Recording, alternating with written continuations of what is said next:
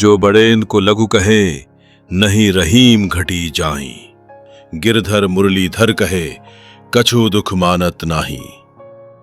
अर्थात रहीम कहते हैं कि बड़े लोगों को अगर छोटा भी कह दिया जाए तो भी वे बुरा नहीं मानते। जैसे गिरधर, गिरी को धारण करने वाले कृष्ण को मुरलीधर भी कहा जाता है, लेकिन कृष्ण की महानता पर इसका कोई फर्क नहीं पड़ता। करत निपुनई गुण बिना, रहीमन निपुन हजूर। मानहु टेरत बिटप चढ़ी, मोहि समान को कूर। अर्थात कवि रहीम कहते हैं कि स्वयं गुणों से रहित होने अर्थात अवगुणी होने पर भी जो गुणियों के समक्ष चतुराई दिखाने की कोशिश करता है तो उसकी पोल खुल जाती है और वो पकड़ा जाता है। उसका यह प्रयास ऐसा होता है कि मानो वो वृक्ष पर चढ़कर अपने पाखंडी होने की घोषणा कर रहा हो, स्वयं को चिल्ला चिल्ला कर बेवकूफ बता रहा हो। अमृत ऐसे वचन में रहीमन रिसकी गांस, जैसे मिस्रिहु में मिली निरस बांस की फांस।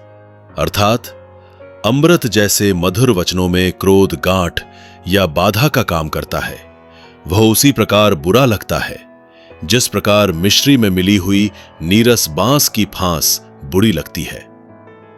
जो रहीम उत्तम प्रकृति का कर सकत कुसंग, चंदन विष व्यापत नहीं लपटे रहत भुजंग। अर्थात रहीम कहते हैं कि जो व्यक्ति अच्छे स्वभाव का होता है उसे बुरी संगति भी बिगाड़ नहीं पाती। जैसे जहरीले सांप चंदन के वृक्ष से लिपटे रहने पर भी उस पर कोई जहरीला प्रभाव नहीं डाल पाते। कमला थिर न रहीम कही, लखत अधम जे कोय। प्रभु की सो अपनी कहे, क्यों ना फजीहत होए। अर्थात रहीम कहते हैं कि लक्ष्मी कहीं स्थिर नहीं रहती।